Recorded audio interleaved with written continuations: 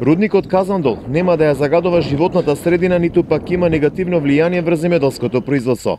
Вако веруваат од компанијата Сардич МЦ, кои тврдат дека ќе биде инсталирана најсовремена опрема во процесот на ископ и производство на катоден бакар. Вложуваме многу средства за решавање на еколошките проблеми.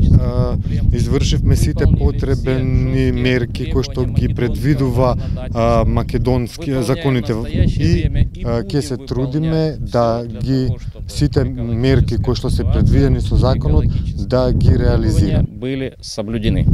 Целиот систем ќе биде затворен така што нема да се испуштаат никакви штетни емисии.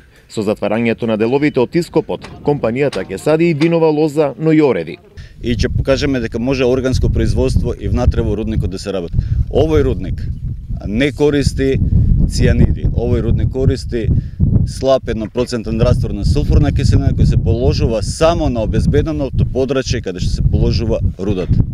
Откако ќе заврши процесот, откако ќе се исчисти само од еден метал, останува истата земја само без бакарот.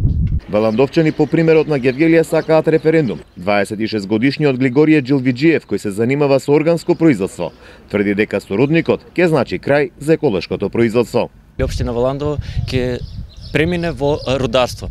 Со тоа што тешко дека земјоделците ќе ги добијат таквите сертификати за органско производство, но и доколку кога ќе ги представите вашите производи на пазарот, тешко дека некој ќе ги купи, знаејќи дека таквите производи се производуваат во место каде што има рударски комплекс. Казандол се наоѓа на околу 3 километри во Валандово. Лани во август беше поставен камен темелникот. По добиените дозволи од државата, веќе се работи на терен.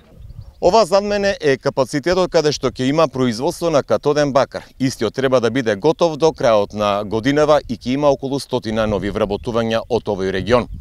Од инвеститорите тврдат дека овој капацитет и рударскиот комплекс Казандол нема негативно да влие врз животната средина.